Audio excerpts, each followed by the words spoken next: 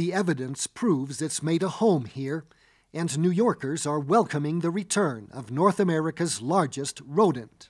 But a very cute rodent with very winsome little teeth. We're just so happy that the beaver has come back to the Bronx River, and we're happy to welcome him back to the Bronx River.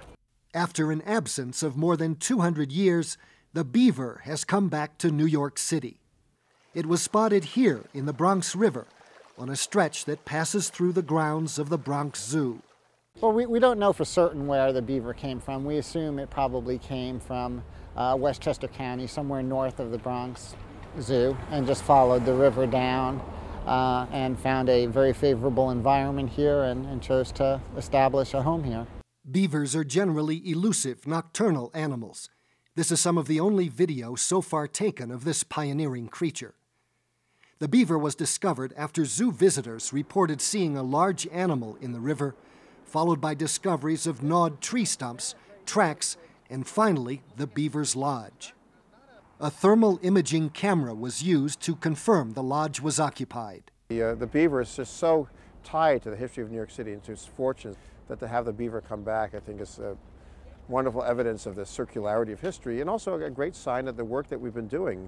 In colonial times, beavers were abundant in the wild forests north of the city. The trade in beaver pelts was central to the city's early economy.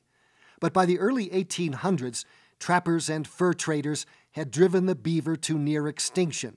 And by the middle of the 19th century, the Bronx River was too overdeveloped and polluted to sustain any wildlife. The beaver's return is a testament to decades of cleanup efforts led in recent years by the Bronx River Alliance.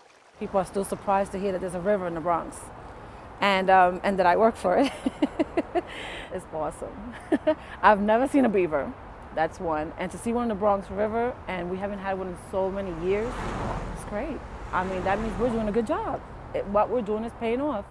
That's what's going to protect the river in the long run, is people feeling that it belongs to them and they want to look after it.